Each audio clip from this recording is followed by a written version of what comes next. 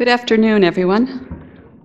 I trust you had a full and enjoyable lunch and are now settling down into an interesting afternoon and have come with your full attention and eagerness to listen to new ideas about evaluation, share your experiences, and hopefully every one of you will walk away with at least one new idea, one new inspiration, and one new colleague or friendship made towards action in furthering evaluation in the post-2015 era. That's the goal for the session today. So my name is Deborah Rugg. I am the UN Evaluation Chair. I also am the Director of the Inspection and Evaluation Division in the Office of Internal Oversight Services at the UN headquarters in New York. We have with us today a number of distinguished colleagues from the region, local ambassadors here from countries around the region, ambassadors to Thailand and Bangkok. We have our national government colleagues and officials. We have local UN agency senior officials and staff, and of course we have our evaluation group from the UN and the local community of evaluators in this region, UNEDEP. And we want to thank ESCAP and UNEDEP for their superb handling of the preparation of this whole week of evaluation, as well as this very special, very important landmark of a high-level event in the region today, focusing on evaluation and the role we can play in the future. So I'd like to welcome you again to this afternoon, to this high-level panel on evaluation and the post-2015 development agenda. The UNEG, the UN Evaluation Group, is sponsoring this week, and it is, for those who you don't know, it's a, we like to say it's a voluntary professional network in the UN. This is what we do at the end of the day. We all have day jobs as evaluation focal points in our agencies. But because of our passion and our belief in the role of evaluation to make the UN a better place and work better and therefore have an impact on the lives of the people we serve, because of that belief, we all work overtime. We all volunteer our extra time to pull together a professional network that actually takes action, provides normative standards for the UN, and as we've now been evolving to actually move into more reaching out beyond evaluation to take efforts to partner and have activities and show our effect and value in the decision-making world. So there are 43 evaluation heads in UNEG. We actually have 2 new members, so there'll be 45 evaluation heads in UNEG. We have a few observers as well, and then an increasing number of important partners that we work increasingly more with that you'll hear more about throughout this week. This week is called Evaluation Week 2014. UNEG has begun to hold these week-long sessions that have a variety of types of activities in them so that we can address many needs when we come together. We only come together once a year, and we try to do a lot in this week. The first day and a half here is about exchanging experiences in evaluation with our peers and colleagues, where we talk informally about the frustrations we've had, the things we're struggling with, get ideas on how to overcome some of this, and really try to advance our profession informally. And that's, for us, a really fun part of the week because it's highly interactive and informal. So we've been doing that the last day and a half. Since last year, at the UNEG week in New York, for the first time we were in New York, we have started to hold these high-level events where we're now reaching out to our colleagues from many sectors, to member states, to the political aspect of the UN, recognizing more and more that evaluators have to advocate. I like how Shiva Kumar has said we can be part of the democracy process, and more we see that we actually can, and we believe that we should be. So these high-level political discussions are our efforts to reach out as technical people into the policy and political arena to show we're here too, we want to make a contribution, and that in the 2015 era, it's going to be more important than ever that evaluation be at the table, at all of the tables, and making their contribution known.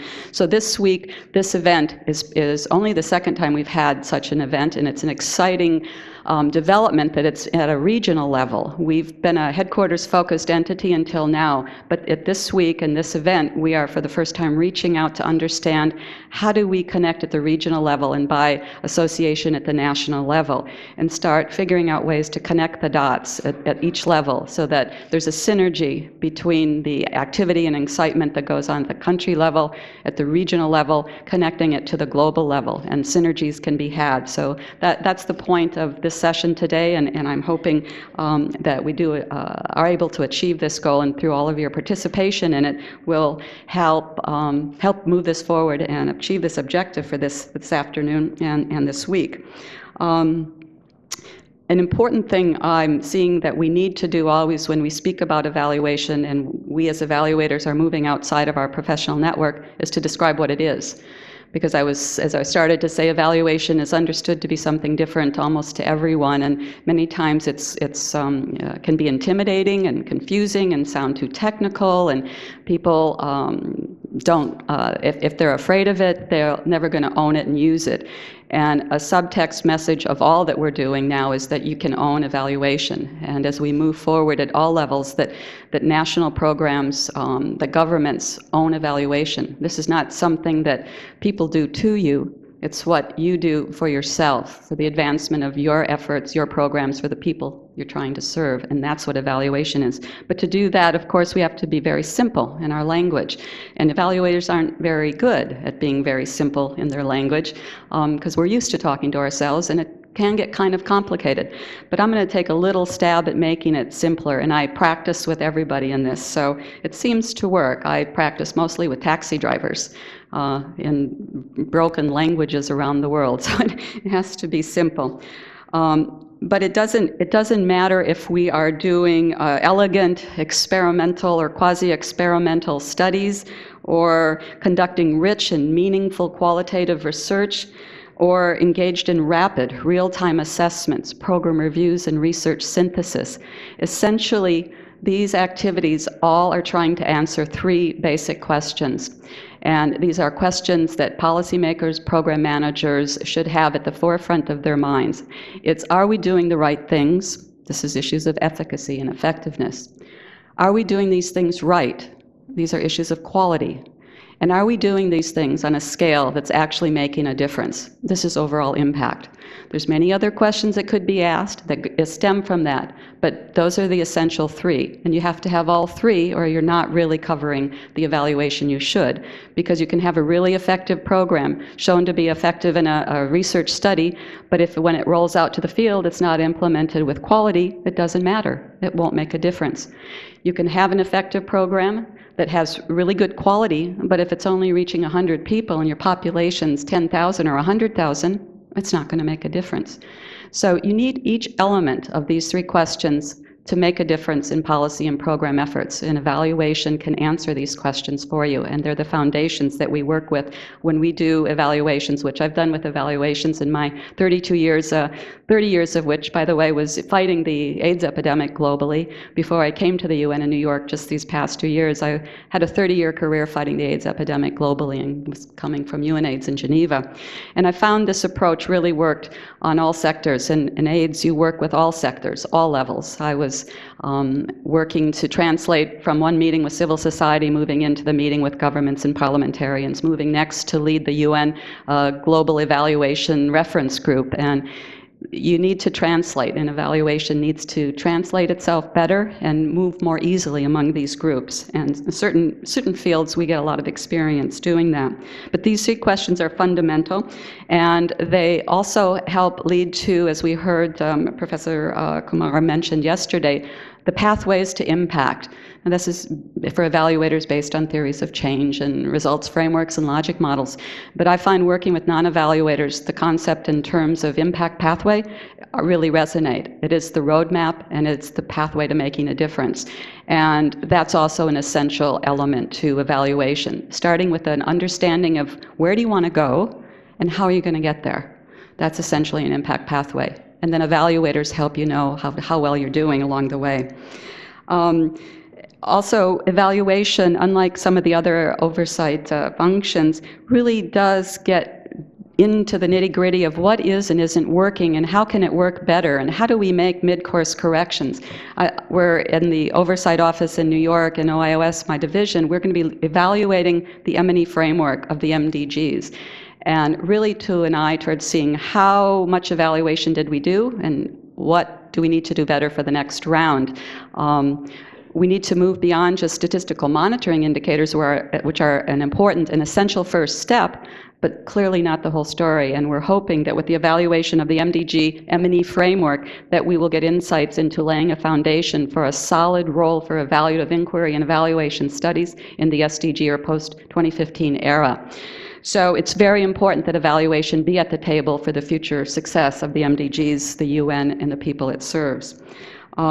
The issues that we heard in the opening session in EPE is that the UN can play a big role in the 2015 agenda. Of course, the SDGs are not just a UN issue, it's more than ever a country issue. It's a country-owned phenomena, and evaluation needs also to be a country-owned issue, a country phenomena, where country governments and staff on all levels are as comfortable conceiving, owning, managing, and using an evaluation as evaluators flying in from another entity, another country, or as comfortable as the UN staff in your own country. That comes together. So that's our vision, that evaluation be something that is owned by countries and not just something that people do to you when they want to know if they should cut funding, but rather something that you use for your own improvements and feel comfortable.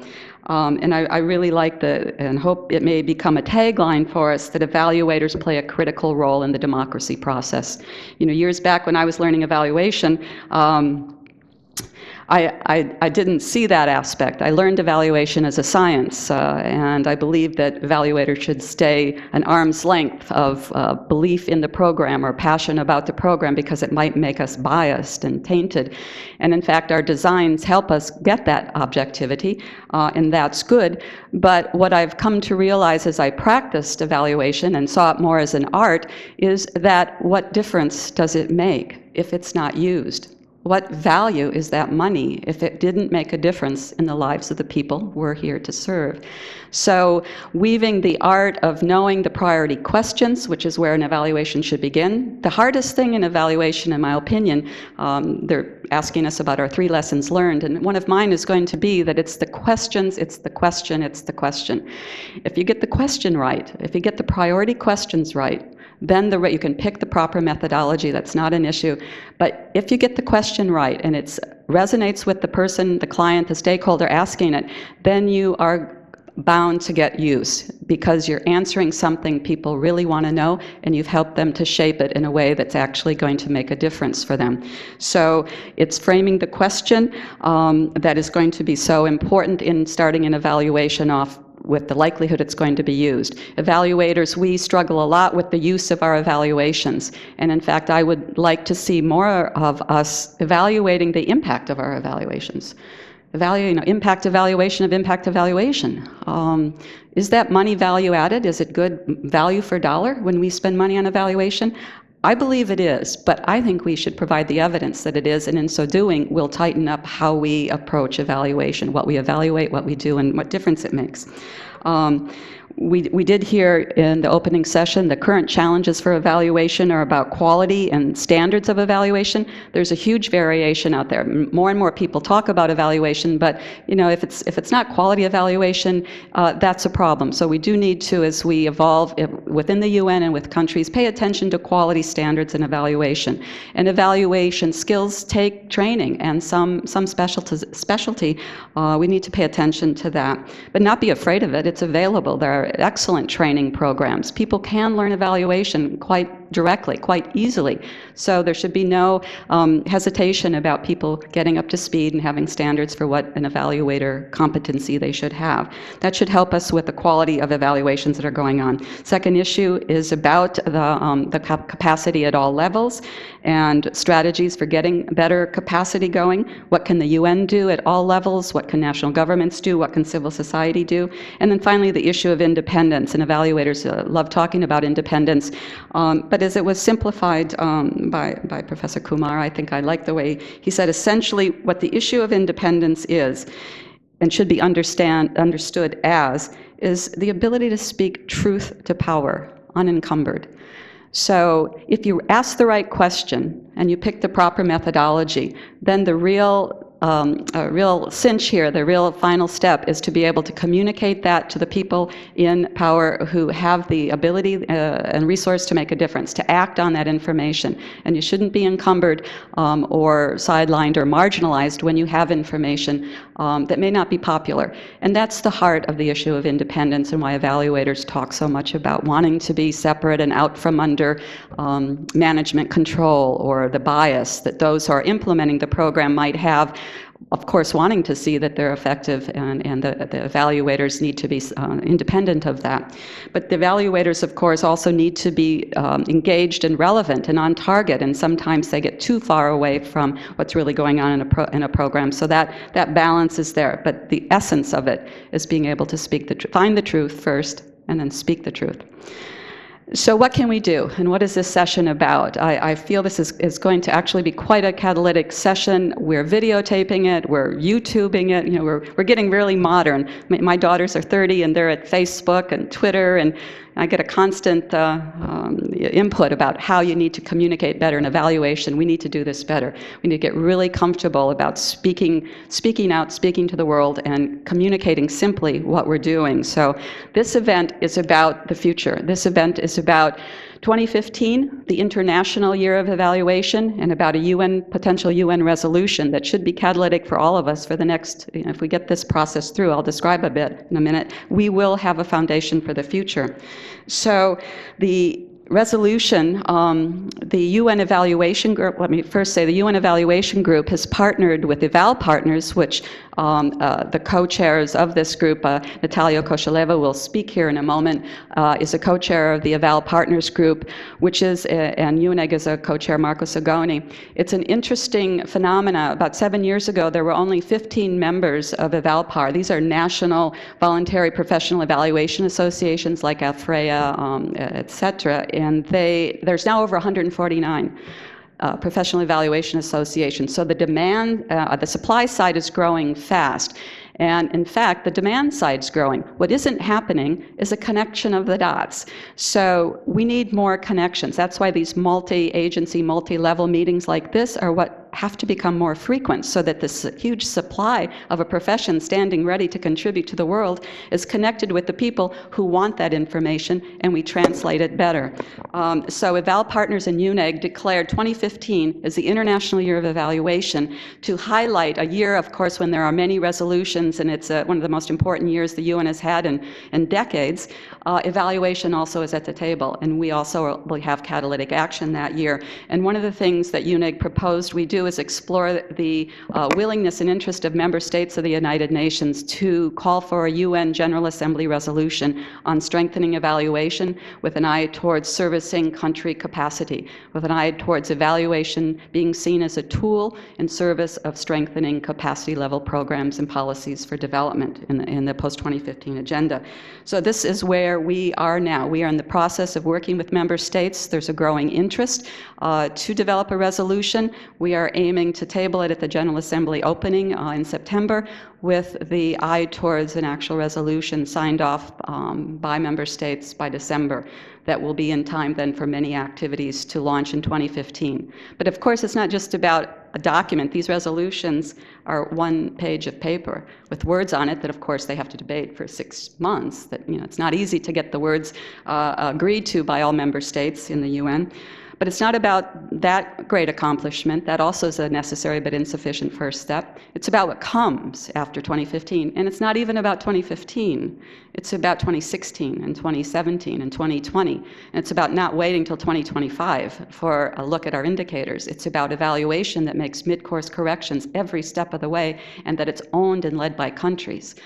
who are engaged in implementing that. So that's what this resolution is about. It's about national evaluation capacity building, about recognizing that this effort was a global grassroots effort led by evaluators themselves in countries around the world, from Asia to Thailand to Bolivia. I mean, this is global, all regions involved, 149 partners in eval partners, and showing that member states care and that they consider evaluation as a critical tool in the development agenda in the changing donor landscape. There's a new global north, there is a new global south, and increasingly I'm hearing people say, we think we need evaluation in this new landscape, and it's exciting.